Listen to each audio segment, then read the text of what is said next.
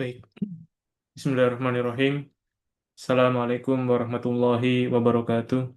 Alhamdulillahirabbil alamin wa bihi nasta'inu ala umuri dunya waddin wassalatu wassalamu ala asyrafil anbiya'i wal mursalin nabiyyina wa rasulina Muhammadin wa ala alihi wa ashabihi ajmain wa alaina ma'ahum wa fihim birahmatika ya arhamar rahimin. Rabbi shrah li sadri wa yassir li amri wahlul 'uqdatam min lisani yafqahu qawli. Allahumma alimna ma yanfa'una wanfa'na bima 'allamtana wa tawaffana muslimin wa alhiqna bis sholihin amma ba'd. Terima kasih kepada rekan-rekan yang sudah berkenan untuk menyimak meskipun pada malam hari ini melalui rekaman. Hari ini 17 Agustus 2025 atau bertepatan dengan 80 tahun Hari Kemerdekaan Indonesia. Kami juga minta maaf karena pada malam hari ini melalui rekaman kembali karena memang ada keperluan lainnya, ada agenda lainnya, dan insya Allah pada malam hari ini kajiannya akan membahas dua ayat dan mungkin cukup singkat ya, sekitar rentang antara 15 sampai 30 menit. Yang terpenting adalah insya Allah kajian ini tetap berjalan dan tetap ada progresnya. Baik, terakhir kita telah membahas surat Al-Baqarah ayat 41 dan pada malam hari ini insya Allah kita akan membahas surat Al-Baqarah ayat 42 dan 43. Kita bacakan dulu terkait dengan ayatnya. A'udzubillahi minasyaitonirrajim. Qala ta'ala wa la talbisul haqqa bil batili wa taktumul haqqa wa antum ta'lamun. Dan janganlah kamu mencampurkan antara kebenaran dengan kebatilan dan janganlah kamu menyembunyikan yang kebenaran tersebut sedangkan kamu mengetahui. Nah, di sini kalau teman-teman lihat memang saya agak sedikit merubah bentuk eh, presentasinya ya. Jadi kita akan sebelum membahas tentang masalah poin-poin pembahasan ayat, kita akan melihat nukilan penjelasan ulama tafsir berkaitan dengan ayat ini. Nah, disebutkan dalam kitab Al-Jalalain ya, dalam tafsir Al-Jalalain bahwasanya wala talbisu ai takhlitu. Jangan kamu eh, melakukan labes ya. Itu maksudnya adalah jangan melakukan pencampuran, mencampur adukan.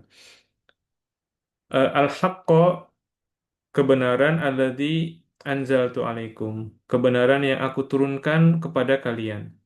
Di sini eh, kalau kita ingat ya konteks besarnya mulai dari ayat 40 dan sampai dengan ayat ini dan juga seterusnya itu masih bicara tentang masalah Bani Israel ya, atau ahli kitab. Atau utamanya juga dari kalangan Yahudi ya. Jangan eh, jangan kamu campur adukan al-haqqo alladzi anzaltu alaikum. Kebenaran yang aku turunkan kepada kalian, yaitu Taurat ya. Alladzi bil batil alladzi taftarunahu dengan kebatilan-kebatilan yang kalian ada-adakan, yang kalian buat-buat. Wala taktumul haqqo dan jangan pula kalian sembunyikan kebenaran. Yang dimaksud dengan kebenaran di sini dijelaskan dalam jalan lain adalah na'ta Muhammadin sallallahu alaihi wasallam, yaitu terkait dengan sifat-sifat Nabi Muhammad sallallahu alaihi wasallam. Kemudian bagian selanjutnya wa antum ta'lamun qala al-Baghawi ai nabiyyun annahu nabiyyun mursal. Dan sementara kalian mengetahui maksudnya adalah sedangkan kalian mengetahui bahwasanya Nabi Muhammad SAW itu adalah seorang nabi yang diutus kepada manusia. Di sini terkait dengan ayat ini juga Imam Ibnu Katsir mengutip ucapan Qatadah wala talbisul haqqo bil batil. Kata beliau yang dimaksud adalah wala talbisu al yahudiyah wan nasraniyah bil Islam. Janganlah kamu campur adukan antara sebentar ini udah record nggak ya? Oke, maaf, saya cek, saya takutnya tadi belum mencet record. Maaf, saya ulangi ya. Jadi eh, berkata Imam Ibnu Katsir, beliau membawakan ucapan Qatadah, walatal bisul haqqo bil batil.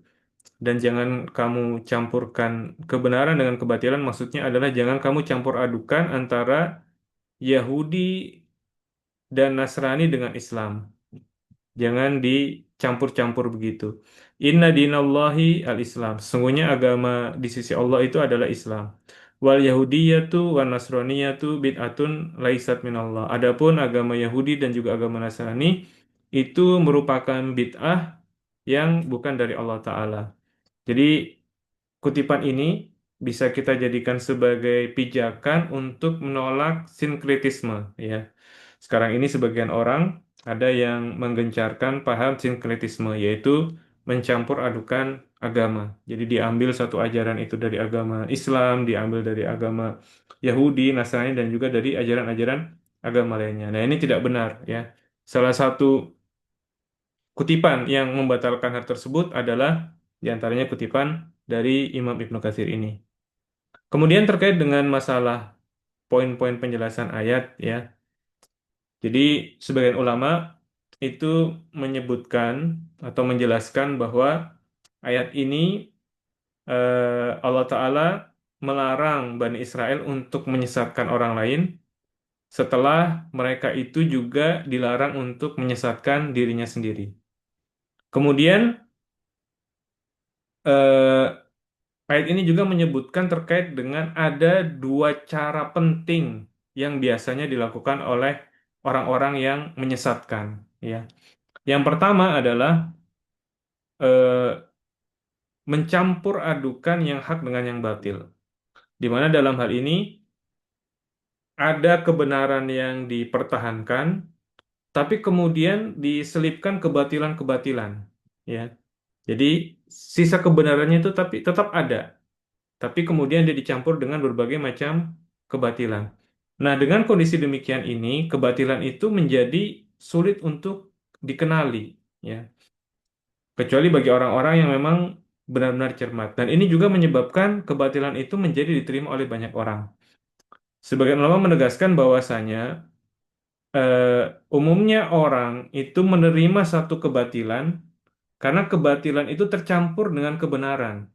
Jadi ketika masyarakat itu menerima kebatilan, sejatinya yang mereka lihat itu karena ada sisi kebenarannya.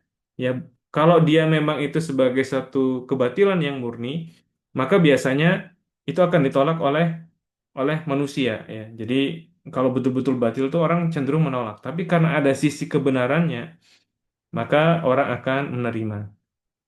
Nah, ini adalah cara yang pertama, yaitu mencampurkan mempertahankan sebagian kebenaran tapi dicampurkan dengan kebatilan. Kemudian cara yang kedua adalah dengan menyembunyikan kebenaran yang diketahui. Jadi yang kedua ini sifatnya adalah pasif, ya. Orang diam saja ketika kebatilan menyebar, maka dia bisa dikategorikan sebagai orang yang ikut membantu atau orang yang menyesatkan orang lain juga, meskipun dia tidak ngapa-ngapain. Tapi ketika dia tahu itu suatu hal yang benar, ya, dia tahu itu benar, cuma dia yang tahu dan yang tersebar itu adalah hal yang batil, tapi kebenaran itu tidak dia ungkapkan kepada publik, kepada masyarakat, maka ini termasuk kategori sebagai orang penyesat juga. Jadi kalau yang pertama tadi penyesatannya itu sifatnya aktif, maka yang kedua ini sifatnya pasif, ya. Dan dalam hal ini ada sebuah kalimat hikmah yang disebutkan oleh diantaranya Imam Ibnul Qayyim dalam kitabnya Ad-Dawa atau Al-Jawabul Kafi. Kata beliau, asakitu anil haqqi syaitonun akhras. Orang yang diam dari menyampaikan kebenaran itu adalah setan bisu. Ya. Wal mutakallimu bil batili syaitonun natik. Sedangkan orang yang bicara dengan hal-hal yang batil itu adalah setan yang bicara. Ya, jadi yang pertama ini setan yang pasif, setan yang diam saja, dan yang kedua adalah setan yang aktif. Kemudian di akhir ayat Allah Ta'ala menyebutkan wa antum ta'lamun, sementara kamu mengetahui. Dan ini konteksnya adalah celaan. Ini menggambarkan kondisi dari kalangan Bani Israel sebagai kecaman terhadap mereka, bahwa kalau mereka itu memang tidak tahu, maka kondisinya akan lebih ringan. Tapi ternyata mereka itu tahu, ya.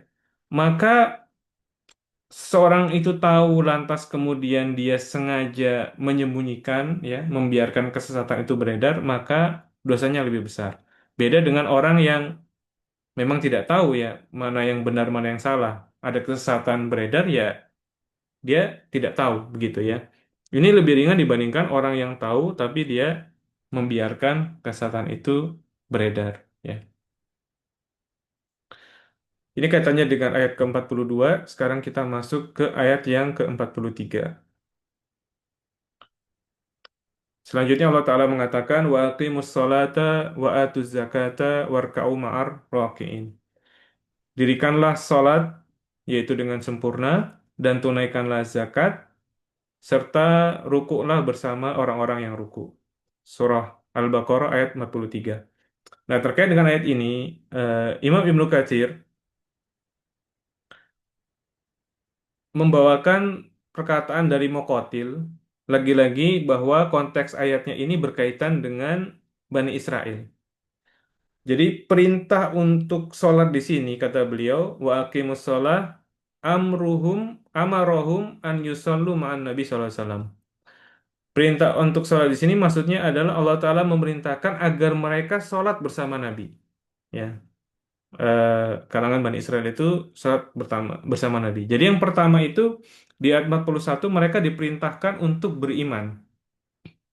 Nah, setelah mereka diperintahkan untuk beriman, di ayat yang ke-43 ini kemudian datanglah juga salah satu perintah yang sangat penting, yaitu perintah terkait dengan sholat dan juga zakat. Ya, jadi konteksnya ini masih konteks lagi-lagi Bani Israel. Kemudian wa'atuz zakah, ya, perintah untuk membayar zakat adalah amarohum an yu'tuz zakata ay yadfa'unaha ilan nabi. Maksudnya perintah untuk membayar zakat adalah mereka menunaikan zakat dan membayarkannya kepada Nabi Shallallahu Alaihi Wasallam. Kemudian warka'u marrokiin dan rukulah kalian bersama orang-orang yang ruku. Nah, di sini kata Muqatil amarohum an yarka'u marrokiina min ummati Muhammadin Shallallahu Alaihi Wasallam. Di sini Allah Ta'ala memerintahkan mereka untuk ruku bersama orang-orang yang ruku, yaitu dari umatnya Nabi Muhammad Sallallahu Alaihi Wasallam. Ya. Eh, nah, terkait dengan ayat ini menjadi dasar, ya, eh, dari para ulama, sebagian ulama untuk mengatakan bahwasanya hukum sholat jamaah itu wajib, ya, sebagaimana disebutkan oleh Syekh Abdurrahman bin Nasir As-Sa'di. Pertama beliau mengatakan waqimus sholah dan dirikanlah sholat ai zahiran wa batinan. Maksud dengan mendirikan sholat itu adalah secara zahir dan juga secara batin. Artinya secara sempurna, dan kesempurnaan ini meliputi secara zahir maupun batin. Secara zahir itu maksudnya adalah seseorang itu menyempurnakan yang rukun-rukunnya dan juga yang wajib-wajibnya, ya.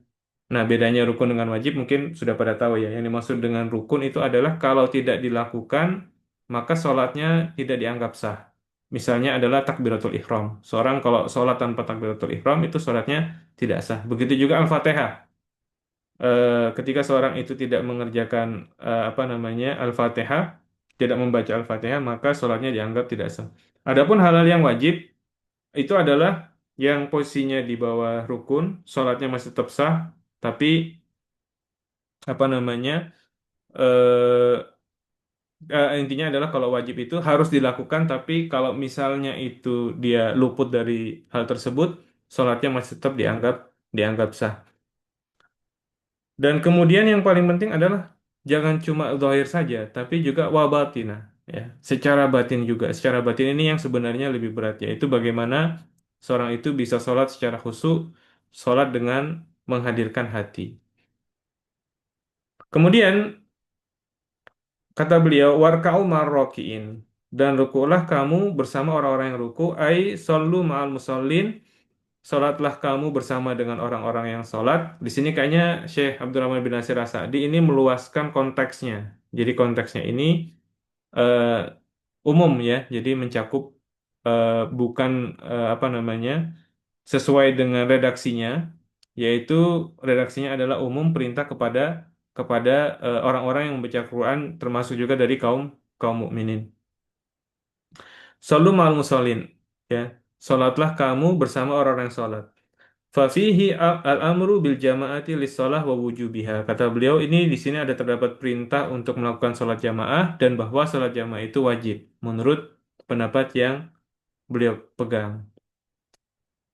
Kemudian di sini beliau juga memberikan satu faedah bahwasanya fihi anna ruku'a ruknun min arkanis shalah. Di sini juga menjadi dalil bahwasanya ruku itu termasuk ke dalam rukun sholat. Jadi kalau ditinggalkan maka sholatnya tidak sah. Li'annahu abbaro anis sholati biruku. Karena di sini Allah Ta'ala eh, merepresentasikan sholat itu dengan ruku. Ya, ini penjelasan dari Syekh Abdurrahman bin Nasir As-Sa'di. Nah, kalau kita melihat pada tafsir Al-Qurtubi, ya, sebagaimana sebagiannya juga sudah dikutipkan di layar presentasi, beliau menjelaskan lebih detail terkait dengan masalah hukum sholat jamaah. Ya, jadi lagi-lagi kalau kita melihat tafsir Ibnu Katsir tadi, ini kan konteksnya perintah buat orang-orang Bani Israel untuk sholat bersama dengan Nabi setelah mereka sebelumnya diperintahkan untuk beriman. Nah, tafsir Al-Qurtubi itu kalau teman-teman lihat memang pembahasannya cenderung melebar ya, terutama ketika menyinggung terkait dengan konteks satu hukum itu beliau akan sangat lebar.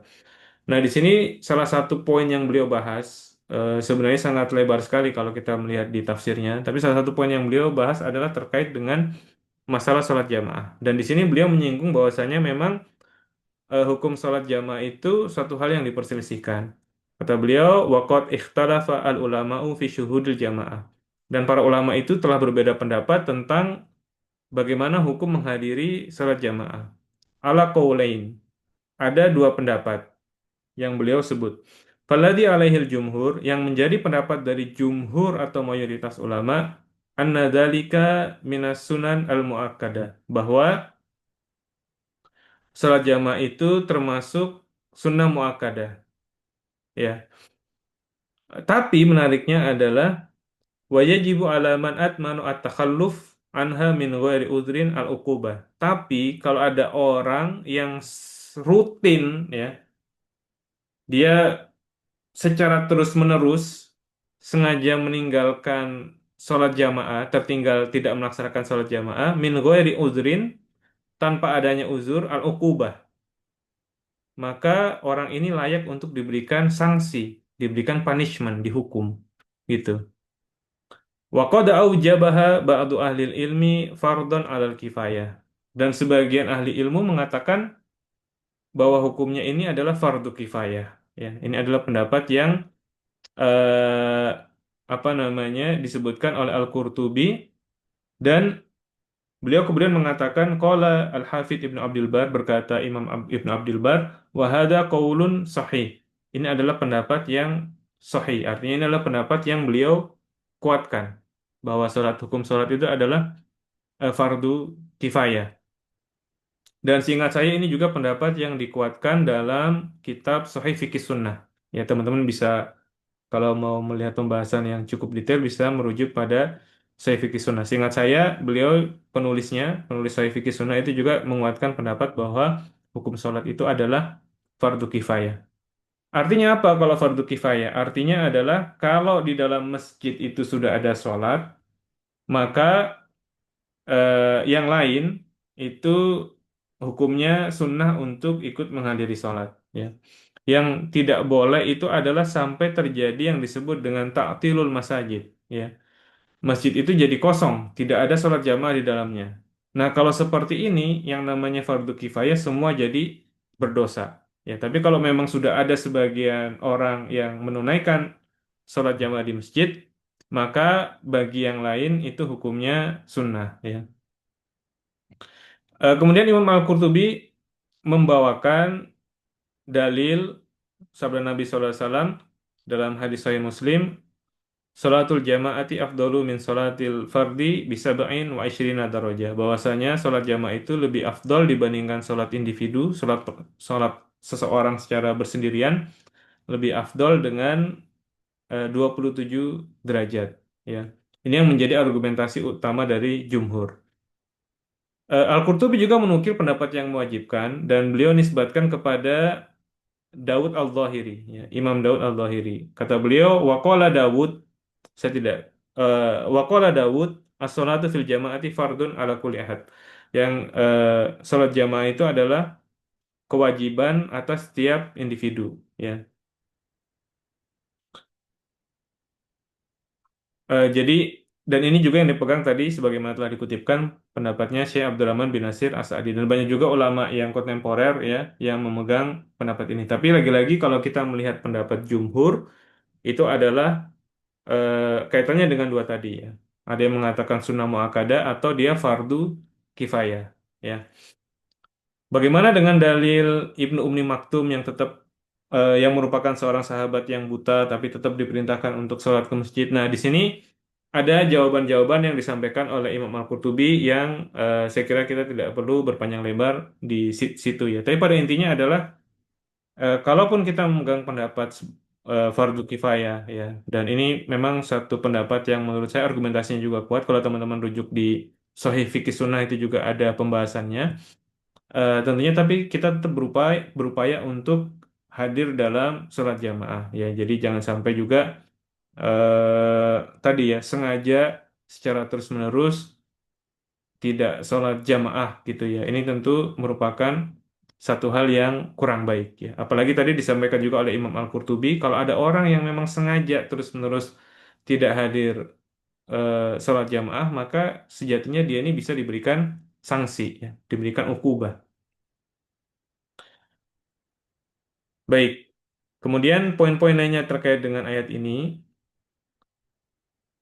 eh, ya tentunya ayat ini bicara tentang masalah dua perintah utama, yaitu mendirikan sholat dan menunaikan zakat. Dan ini kata sebagian ulama menunjukkan dua hubungan yang harmonis, ya, yaitu hablum minallah yang direpresentasikan dengan perintah sholat, ya, kemudian juga hablum minannas, hubungan sosial. Jadi yang pertama adalah hubungan vertikal, hubungan seorang hamba dengan Allah, dengan menciptanya. Kemudian yang kedua adalah hubungan sosial, hubungan horizontal. Bagaimana seorang itu menjalin relasi dengan samanya dengan menunaikan zakat. Ya. Jadi seorang muslim itu, seorang mukmin idealnya dia memiliki hubungan yang harmonis dengan Allah Ta'ala, dan juga dia memiliki hubungan yang harmonis dengan sesamanya. Kemudian perintah ini juga sejatinya sebagaimana dipahami oleh banyak ahli tafsir berlaku untuk seluruh manusia, meskipun konteks awalnya ini kaitannya dengan Bani Israel. Ya. Dan selanjutnya, ayat ini juga menjadi sindiran bagi kaum munafik karena keimanan yang sejati itu bukan hanya sekedar ucapan saja, tapi harus ada pembuktian. Di antara pembuktiannya adalah dengan melakukan sholat dan juga dengan menunaikan zakat. Ya.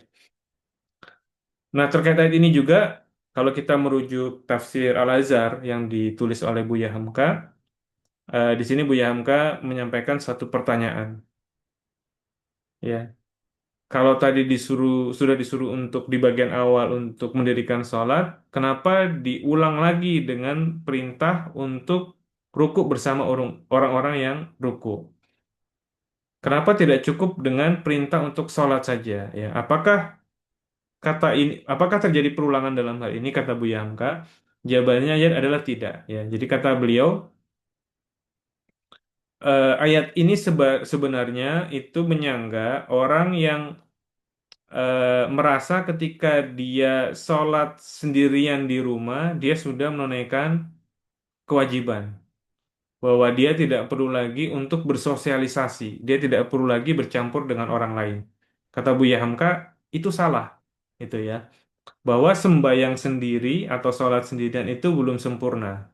Ya, kata beliau, yang benar adalah rukuklah kamu bersama-sama dengan orang yang ruku, bawalah diri kamu ke tengah masyarakat. Ya, jadilah sebagai orang yang berjamaah, jangan menjadi orang yang antisosial gitu ya. Kira-kira begitu yang beliau sampaikan. Ini adalah makna yang pertama. Kemudian makna kedua adalah kenapa ada pengulangan ini? Jadi makna kedua adalah penegasan tentang masalah pentingnya khusyuk. Jadi sholat itu jangan hanya asal sholat, jangan hanya sekedar untuk eh, melaksanakan kewajiban saja, supaya kewajiban sudah selesai gitu ya. Tetapi dengan disebutkan kembali penegasan bahwasanya harus dijiwai oleh rasa khusyuk dan juga rasa ketundukan.